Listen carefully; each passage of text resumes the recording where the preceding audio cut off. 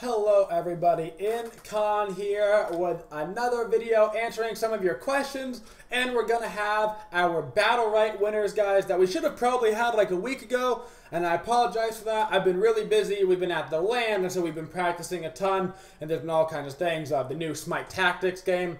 I had a little bit of hands-on time that's going to be coming out sometime in the near future. Tons of patches, stuff like that. I've been very busy, and I apologize for that. And because of that, I'm actually giving away an extra 2 copies of BATTLERITE. I said I was going to give away 5 plus the exclusive mounts, but now I'm giving away 7 plus the exclusive mounts to you guys. So just wanted to throw that out there as a little sorry that it took me extra long to make this video. But getting right into it, guys, we have your questions. Maverick Moore asks, how do you think Hi-Rez could change Hades so that he's relevant among other characters? So Hades has always been in a weird place because he's kind of a guardian and he's kind of a mage and he kind of bounces back between the two. His big problem is that his damage is very, very relevant to if he's near minions. Of course, his 3 does a ton of damage. If you smash your 2, your fear onto somebody, plus the minions, and then use your 3, it does a crazy amount of damage. But if you're not around them, then it doesn't do that much damage. He does excel in lane clear. I don't think he's all that terrible. He's definitely more relevant in, say, the solo lane than other places. But his biggest problem has always been, will always be his ultimate. It's basically something that works really great in something like a casual queue. But as you get higher and higher in the play, his ultimate becomes more and more useless. You can do things to try to help with that, but like if you add a cripple to his ultimate, then all of a sudden it's like, oh, Hades is broken because like you can't jump out of this thing unless you beads. So I'm sure there's a nice in-between point, but it's so hard to find for him. It's going to be something where you just have to, I think I'd rather them just tweak numbers like, hey, his ultimate is shorter duration but does more damage. You know what I'm saying? Something like that to where it would help him to get the ulti damage off, but not necessarily make it too broken. You know what I'm saying? You can't keep people in the ultimate, but presuming you only keep people in the ultimate for a little bit, maybe do have his ultimate do more damage over a smaller period of time to make that inside the area of the ultimate more helpful, and not even more damage overall, right? Just lessening the duration to make that damage that it does in a faster time. Tom Custom RC2 asks, I got a Razor Death Adder. It only has 2 bindable buttons. What would you recommend to bind them to?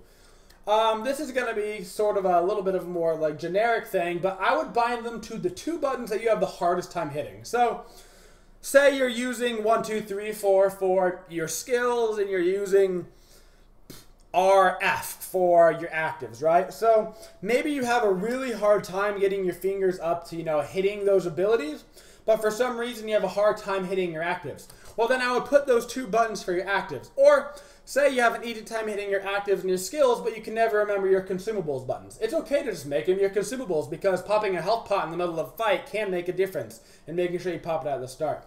Find the key bindings that you have the hardest time hitting compared to what you have right now, and use those 2 buttons for that. CSGO Eris asks us, I wanted to ask you, do you miss Domination? And does Hi-Rez remember they said they will bring it back? I do not personally miss Domination. It was not my favorite game mode.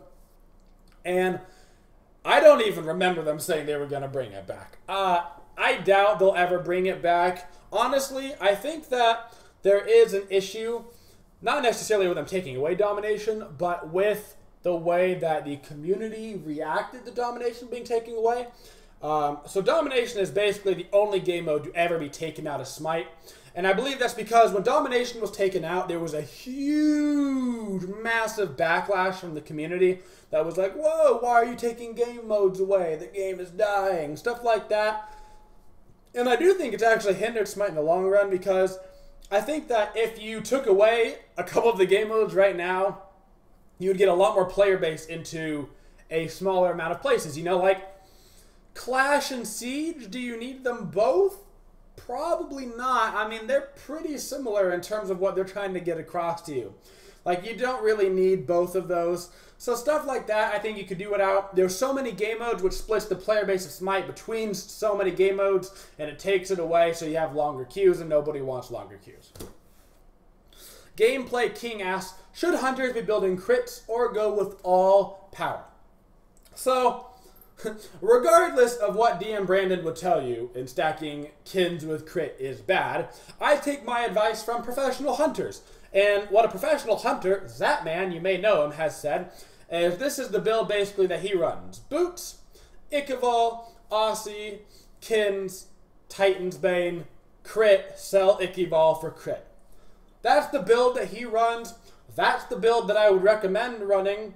Or excuse me, he gets Executioner instead of Titan's Bane. I misspoke there. He gets Executioner where I said Titan's Bane. Other than that, it was correct. I would recommend running that build because Zatman runs it, and Zatman got first place at the LAN using that style of build. So I would go ahead and run that and combine the crits with your power with that attack speed. Mercus Gaming asks, this is a non-Smite related question. Who's your favorite character in BattleRite? I enjoy BattleRite a lot, and I actually enjoy all the characters, pretty much. Varesh is my #1 played character. I think that he's a very interesting character. The way that he has to combine his 1 and 2 as effects and then blow them up, which is really cool. My favorite character right now is Lucy. I think that Lucy's incredibly strong, and I also like playing healers in solo queue because then you guarantee yourself a healer, which is awesome. And my favorite troll character is Iva because there's nothing like an 80-year-old woman with a giant machine gun and her ultimate going rat-ta-ta-ta-ta-ta-ta-ta-ta. Makes me laugh every time. I love it. I love Iva, even though she sucks. But don't play her. But man, is she fun. And finally, What's-His-Face? I can't remember his name, but What's-His-Face asks, my favorite Guardian is Khepri, and he's the one that I feel most comfortable playing, but I was wondering if he's still a good pick. Yeah, Khepri's okay. Khepri has great lane clear still. Pretty much the best lane clear / jungle clear of any support. Arguably Sylvanas, like Erlong Shen may be better, but Khepri is definitely up there a lot. Very strong in the laning phase. His team fights are pretty good. You have to utilize his 2 extremely correctly. You want to be hitting your own teammates for the damage reduction, plus hitting the enemies to reduce their damage as well with your 2. Not, you know, it doesn't really, you don't want to do this for the damage. You're using it for those passive effects. And then utilizing his ultimate. If you bring somebody back after somebody wastes an ult, that's such a big impact on a team fight. But ultimate is very inconsistent on Khepri. You know, you can throw out a great ultimate on somebody with 5% health and then the enemy team doesn't kill them. Kind of a waste of your ultimate. Yeah, it saved their life, but you never use it. They didn't get their HP back. That's more of like if you're going against a great team, they're never going to blow up the Khepri ult unless it's like you do it at like 1% health. But then you're risking not using the Khepri ult at all, which is super not worth it. So you definitely don't want to do that. I would say that he's a little bit risky, but he can definitely be played at a competitive level. I played him a bit at LAN, unsuccessfully, but I played him a bit. I know Trix Tank played him a bit at LAN successfully. So yes, he is viable. Alright guys, and we have our winners of the BattleRite copies, plus the BattleRite exclusive in-game mounts, guys. Congratulations to the following people. Steven Kivastik, congratulations to you. Congratulations to Hot Sugar. Congratulations to Tassos Gregory. Congratulations to Alexa Todovork. Congratulations to Jack Simril. Congratulations to Aiden Stein, and congratulations to Kelmar. All 7 of you guys will be receiving the copy of the game BattleRite. It's a usable code for Steam. 7 codes, $140 in value, guys, plus 7 exclusive in-game mounts that you cannot get anywhere other than exclusive giveaways. And that's actually all of my BattleRite copies and my in-game mount. So congratulations to everybody that won that. Now, for our giveaway, guys, for this week for YouTube, we've got ourselves 7 CUTESY AMC icons. If you don't know what those look like, look them up in-game. Look them up on the Reddits. It's an icon, the CUTESY AMC. You cannot buy it in-game. Only way you can get CUTESY avatars is by special chest rolls and giveaways. So, I hope you guys are looking forward to that, and we'll be picking those 7 winners next week, guys. Of course, if you want to enter into that CUTESY avatar giveaway, that'll be down in the panel, guys. And don't forget, if you guys have an Amazon Prime subscription, or you know a friend with an Amazon Prime subscription, you can subscribe to my Twitch channel absolutely free, guys, and it is the most helpful thing you can do to help out the Twitchiest community on Twitch. I really appreciate all of you guys that do it. And don't forget, you do have to manually resubscribe every month.